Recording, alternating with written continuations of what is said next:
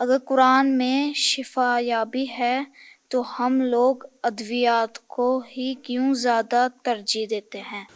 اللہ تعالیٰ نے کہا ہے کہ تم دعا کرو، دعا میں بڑی طاقت ہے، اور میں شافی ہوں، میں شفا دیتا ہوں۔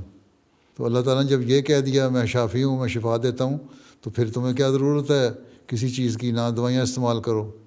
لیکن اللہ تعالیٰ نے ساتھ یہ بھی کہا ہے، یہ بھی شریعت کا اور دین کا حکم ہے کہ اللہ تعالیٰ نے جو ذرائع بنائے ہیں، جو چیزیں پیدا کی ہیں کسی کام کے لیے، ان کو استعمال کرو۔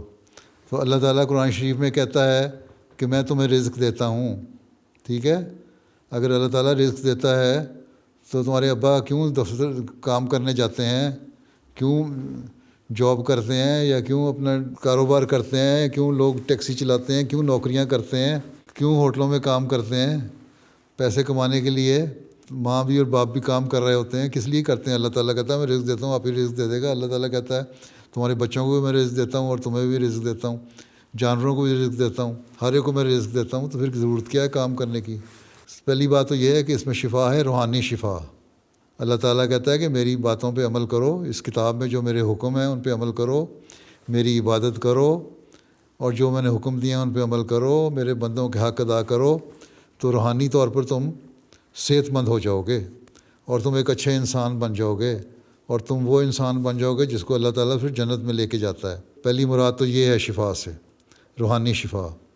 دوسرے، سورہ فاتحہ میں حدیث میں آتا ہے کہ بعض صحابہ دم کیا کرتے تھے سورہ فاتحہ کا، اور اس فاتحہ کے دم سے لوگوں کو شفا ہو جاتی تھی۔ ایک صحابی سے آنسر نے پوچھا تم کیوں کرتے ہو؟ انہوں نے کہا جی مجھے اللہ تعالیٰ کی جو صفات ہیں اس میں ساری موجود ہیں، اس لیے مجھے اچھی لگتی ہے، میں سمجھتا ہوں کہ اس میں شفا ہے۔ آنسر نے فرمایا تم ٹھیک کہتے ہو۔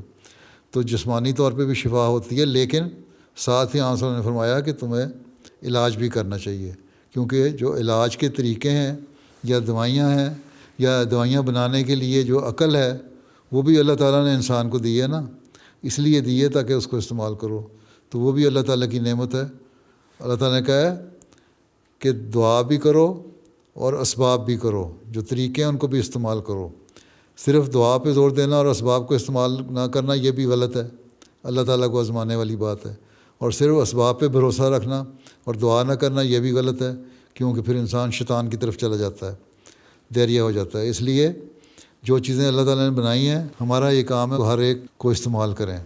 تو پہلی بات تو یہ ہے کہ قرآن کریم شفا ہے روحانیت کی، صحت کے لیے، تمہیں نیکیوں کی طرف لے جانے کے لیے، اور تم جب شفا پا جاؤ گے، صحت مند ہو جاؤ گے اللہ تعالیٰ کی باتیں سن کے، تو پھر تم جنت میں جانے والے ہو گے۔ جیسا کہ پہلے میں نے مثال دی تھی نا، جہنم بھی ایک ہسپتال ہے جہاں علاج ہوتا ہے، سزائیں ملتی ہیں اور پھر واپس چلا جاتا ہے، یا جیل ہے جس میں کچھ سزا کاٹ کے چلا جاتا ہے، پھر جہنم میں جاؤ گے، تم صحت مند ہو، تم سیدھے جنت میں جاؤ گے، جہنم میں تمہارے علاج کی ضرورت نہیں پڑے گی، ٹھیک۔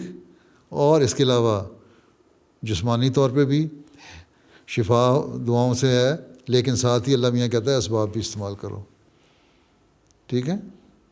ٹھیک ہے جی، جزاک اللہ۔